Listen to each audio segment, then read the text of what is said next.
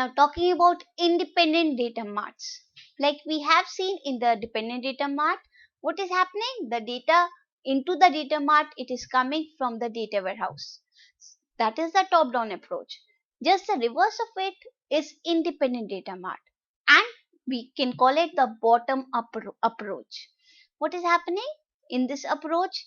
Firstly, the independent data marts are created, and then our data warehouse, it is designed using these independent multiple data marts. So in this approach, as all the data marts, they are designed independently, therefore the integration of these data mart is required. So in this independent data mart, what is happening? First of all, we analyze our potential customer and we create a separate data mart for it. We create separate tables into the databases for those potential customer. Suppose we want to analyze certain particular resources which are there in our organization. So we create a separate data mart for it. Now these important things we want to club together into the data warehouse. So the integration of these data mart is required. So actually these data marts, they are independent of the data warehouse. The data from these data marts will go into the data warehouse. It will be integrated into the data warehouse. That's why we can call them as independent data warehouse, because here firstly independent data marts are created, and then our data warehouse is designed using these independent data marts. So that is why we say it is also called as a bottom up approach. As the data marts, they are integrated to develop our data warehouse. So that is why we are calling it bottom up. In the initial one, what was happening? First the data warehouse was created on the top, and from there the data marts were created. So top to down. But this is first we are creating the data marts and then we are creating a data warehouse on it. So this is a bottom up approach. So we have these two general approaches to create the data marts. Other than these two categories, one more type exists, that is called hybrid data mart.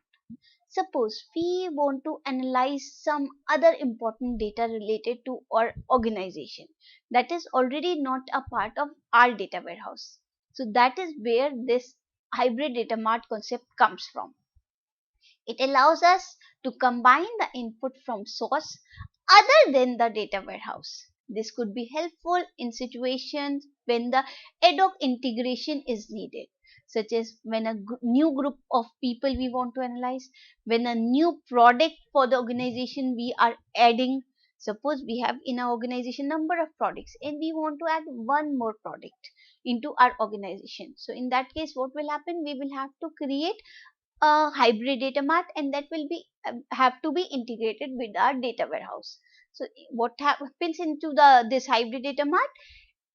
It allows us to combine the input from source other than the data warehouse, and it is useful in certain ad hoc situations when we want to add some new group of users, we want to add some new product onto the organization. In that case, this particular strategy of hybrid data mart, it helps. Talking about the steps for implementing our data mart. If we want to implement a data mart, what all steps we need to follow? First of all, if we decide that we want to build a data mart for our organization, the very first step would be the designing. The designing, this is going to be the first step in the data mart process. This designing phase, it will cover all the functions from initiating the request for the data mart through gathering data about the requirement and developing the logical and physical design of the data mart. So in designing phase, what all we do? We first of all will cover all the functions from initiating the request for the data mart. First of all, if we want to create a data mart, so we will have to initiate the request for this data mart, and we need to gather the data about the requirement, that what all do we need to store into our data mart. So we need to gather those particular data, and then we need to develop the logical and physical design of the data mart. So that is a very first step.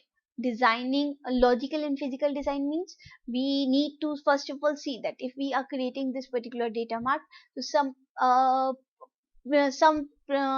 place where we need to store this data, some memory portion that is needed. So we going to physically store this data, so that is called physical design. Logical design, in this particular data mart, what all tables, that means what all relations we can have, what all attributes we should consider, what all kind of records we should consider.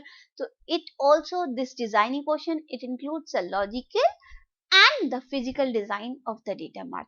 So this is the first phase when we start implementing a data mart. The first phase is the designing phase.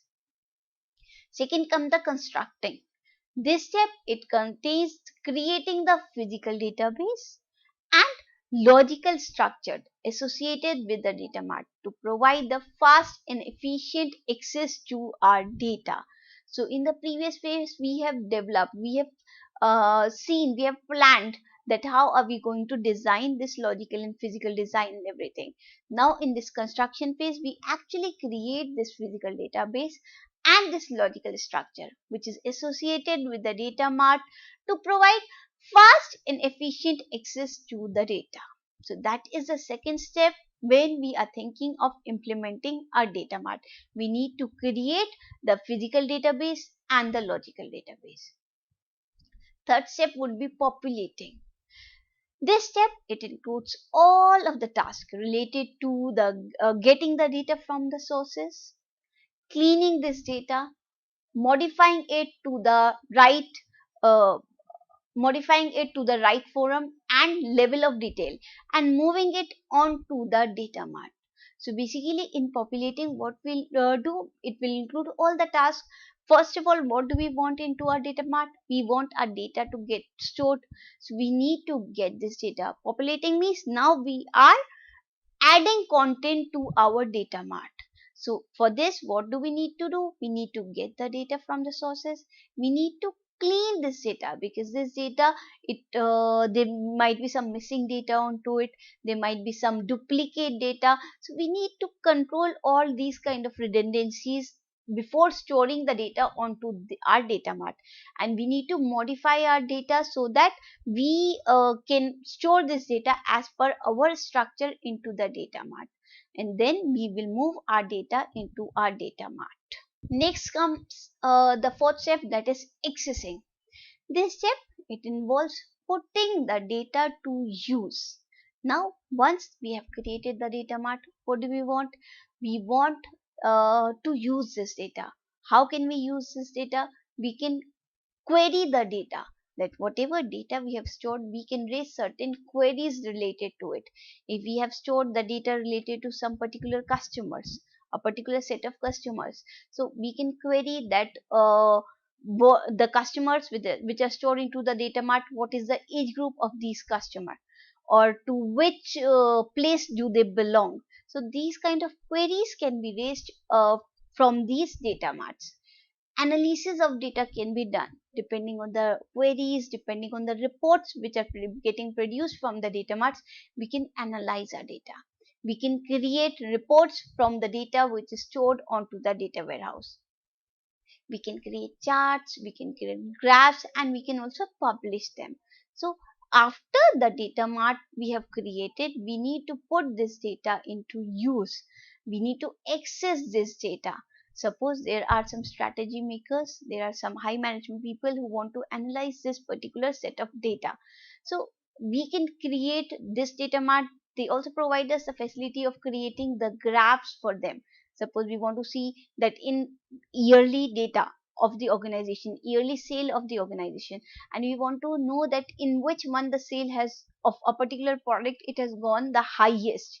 So this way, instead of analyzing the data in the form of tables, the graph can also be produced. So what will the graph do? Graph will help them in the easy analysis of the data. Using the graph, we can visually analyze our data in a better way. Similarly, charts for the data can also be created. So this is the fourth step of implementing a data mart. And the last and the final step is managing.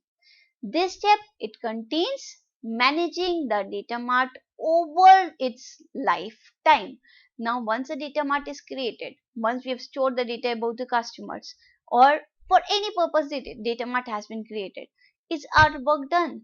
No, not yet.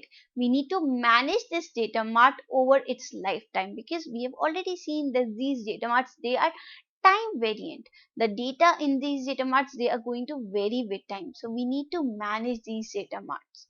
In this particular management step, what all functions are performed? First of all, providing secure access to data. We have to be sure that whatever people who are accessing our data from our data marts, we should provide secure access to them. Not that every data of the organization, it is visible to all the users who are working there. We should have secure, we should have keep some password, we should keep some kind of authority related functions onto our data mart, so that we can provide secure access of the data to the people. Next would be managing the growth of the data. We have to keep on managing the growth of our data onto our data mart. Third will be optimizing the system for better performance. We have to keep on optimizing the system that we have created, so that we can gain better, we can perform better using that data. Next would be ensuring the availability of data event with system failures. Obviously, this is all technical things, so obviously there are more chances of certain failures onto the system. So we should be ensuring the availability of data event in case of system failures. So these are the basic 5 fundamental steps that we need to do when we think of implementing a data mart.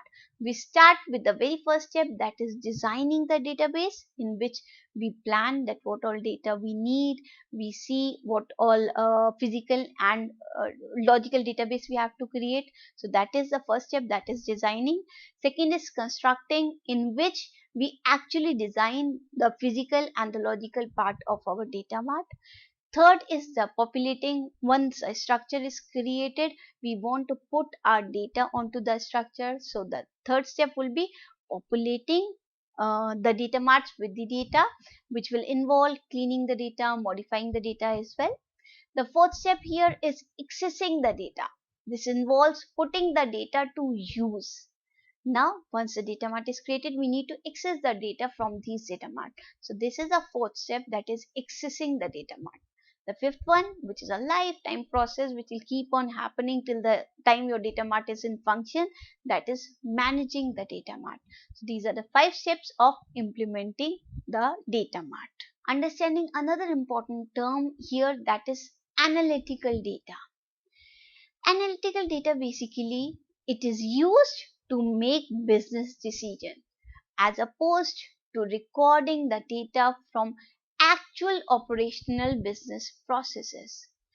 Analytical data, example of it means we want to include certain grouping customer for market segmentation. We have the whole set of market. If there is a particular shopping app, it is covering the whole market. Now it wants to segment its market into certain group of customer. Like we have defined that we want to segment our people into different categories. We want to keep the children into one categories which are below 10.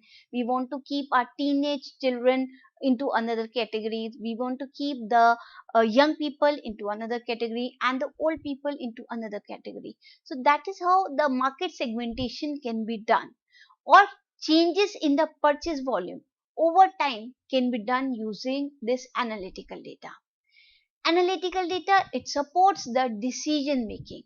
If we are analyzing our data into certain segments, into certain forms, so that will support decision making, that will support reporting, querying and analysis of data. So indirectly it is describing the business performance. Data analytics, it has become a separate subject in itself nowadays. Data analytics, basically what happens in that, it is the process of examining the data set in order to find the trends and to draw conclusion from about the information they contain. See, if we have seen that we have segmented our market into different age groups as per their age group. So in that case, what will happen? We get to know that the teenage children, what are their buying habits.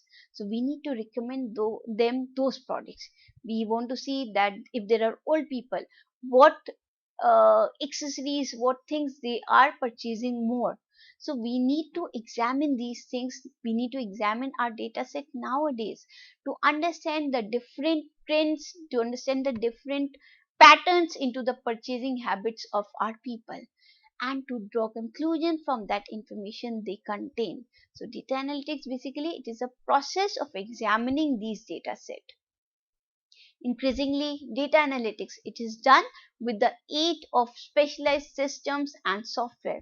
It is not easy to analyze this data nowadays.